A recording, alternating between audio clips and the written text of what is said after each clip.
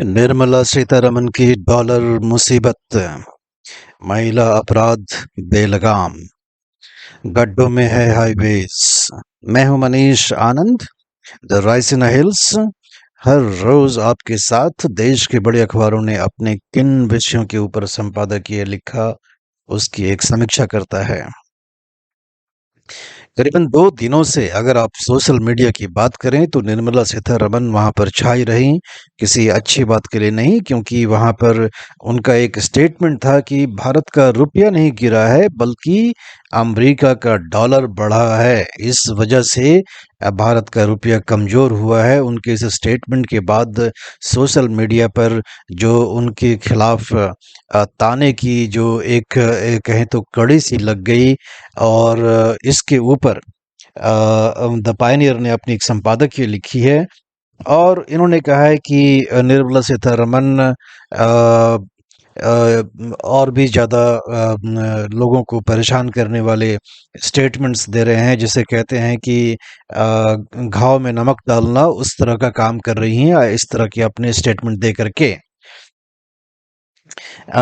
एक बात हमें समझने की ज़रूरत है कि निर्मला सीतारमण देश की वित्त मंत्री इसलिए नहीं है क्योंकि अर्थव्यवस्था एक पर उनकी बहुत बड़ी पकड़ है या समझ है। वो वित्त मंत्री इसलिए हैं क्योंकि वो एक भारतीय जनता पार्टी की बड़ी ही मजबूत प्रवक्ता थीं और अरुण जेटली की टीम की एक मेन सदस्य थी।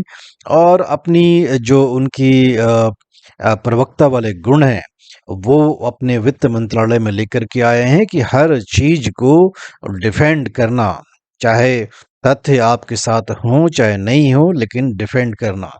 निश्चित रूप से डॉलर लगभग 20% मजबूत हुआ है और उसकी वजह से जितनी भी वैश्विक करेंसीज हैं, चाहे येन हो, पाउंड हो या चाइना का करेंसी हो या इमर्जिंग इकोनॉमीज चाहे ब्राज़ील, भारत, जो भी देश की करेंसी हैं सब के सब कमज़ोर हुए हैं।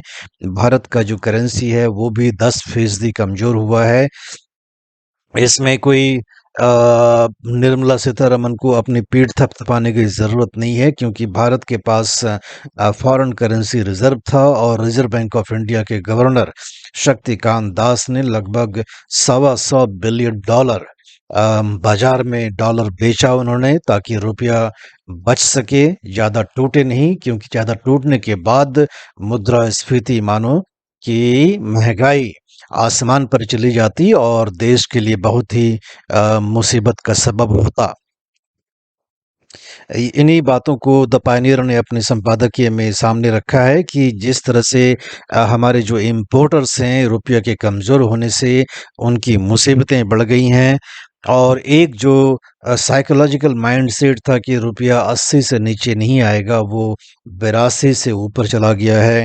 और उसके अलावा जो भी हमारे देश में फैक्ट्री जो चलाते हैं, जो मैन्युफैक्चरर्स हैं, उनके मार्जिन मनी पर असर पड़ रहा है, तो उनके लिए भी रुपया के कमज़ोर होने से मुसीबतें बढ़ गई हैं। एक चीज़ और भी जानने की ज़रूरत है कि रुपया एक दलील ये दी जाती है कि रुपया कमज़ोर होगा तो आपका निर्यात बढ़ेगा। इसमें एक बात हमें स्पष्ट रूप से समझ लेना चाहिए कि भारत एक एक्सपोर्ट ड्रिवन इकोनॉमी नहीं है, भारत एक कंजम्पशन इकोनॉमी है, जहाँ की डोमेस्टिक डिमांड ही हमारे अर्थव्यवस्था को दिशा देता है। ऐसे में रुपया के कमज़ोर होने से देश को कोई फ़ायदा नहीं है। महिला अपराध एक तरह से कहें तो बेलगाम, और चेन्नई में जिस तरह से शांति प्रिया को उसके एक स्टॉकर ने, एक मानसिक रूप से विक्षिप्त व्यक्ति ने उसे चलते हुए ट्रेन के सामने ढकेल दिया, क्योंकि एक तरफा उसका उसके ऊपर आकर्षण था उस लड़के का, उस आदमी का। और ये घटना कई लोगों के सामने हुई, ऐसा नहीं कि रात के अंधेरे में हुई, कई लोगों के सामने हुई। और ये अकेला एकमात्र घटना नहीं है। 2016 में चेन्नई में देखें तो श्वेता के साथ ऐसा ही इंसिडेंट हुआ था। 2021 2016 में देखें तो एक स्वाति नाम की जो यंग टेकी थी, आईटी ग्रेजुएट थी, उसके साथ ऐसा इंसिडेंट हुआ। 2021 में कॉलेज जाने वाली श्वेता के साथ भी चेन्नई में ऐसा हुआ। और ये कहानी, इसके ऊपर द हिंदू ने अपने संपादकीय लिखते हुए कहा है कि ये कहानी सिर्फ चेन्नई मात्र की नहीं है, दिल्ली में भी 13 वर्ष की एक बच्ची के साथ लगभग ऐसा ही हादसा हुआ। पूरे देश में लड़कियों के साथ इस तरह की घटनाएं, इस तरह के वारदात काफ़ी बड़े संख्या में सामने आ रहे हैं। और कहीं न कहीं निर्भया का जो 2013 का जो कांड था, उससे देश ने कोई सबक लिया नहीं। समाज अब भी कहीं न कहीं एक कायरतापूर्ण रूप में अपने आप को दिखाता है, क्योंकि अगर एक मानसिक विक्षिप्त दर्जनों लोगों के सामने अपना ऐसा काम कर जाता है, तो कहीं न कहीं वो जो लोग खड़े थे, उनके मानसिकता पर भी एक प्रश्न चिन्ह खड़ा होता है। द हिंदू बताता है, नेशनल क्राइम रिकॉर्ड्स ब्यूरो के आंकड़ों को सामने रखते हुए, कि 2021 का अगर आप ले लें तो 4,28,278 ऐसे मामले आए, जिसमें कि संगीन जुर्म महिलाओं के साथ हुआ, जिसमें बलात्कार, सेक्सुअल असॉल्ट, स्टॉकिंग, ऐसे ऐसे आए। और ऐसा हमने देखा था कि झारखंड के दुमका में भी कुछ समय पहले एक अनामिका नाम की कॉलेज जाने वाली एक लड़की के साथ भी ऐसी ही घटना हुई। तो देश में लगता है जैसे कि निर्भया से कोई सबक लिया नहीं, और जो कानून व्यवस्था जिनको पालन करने की जिम्मेदारी है, शायद वो भी कहीं न कहीं चूक रहे हैं।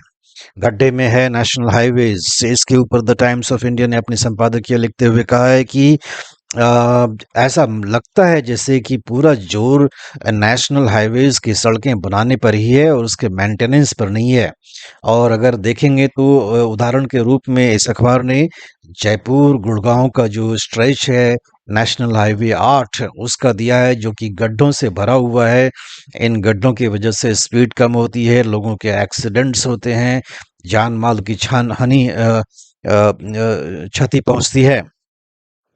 इसके ऊपर इस अखबार ने ये बताया कि सड़कों के मेंटेनेंस के लिए महज 4% का बजट रखा जाता है, जबकि नीति आयोग ने एक रिपोर्ट में कहा था कि इसे तुरंत से तुरंत 10% किया जाए और बाद में 40 से 50% का बजट रखा जाए, ताकि जो जोर सड़क बनाने पर है, उतना ही जोर उस सड़क को अच्छे हालात में रखने पर भी हो।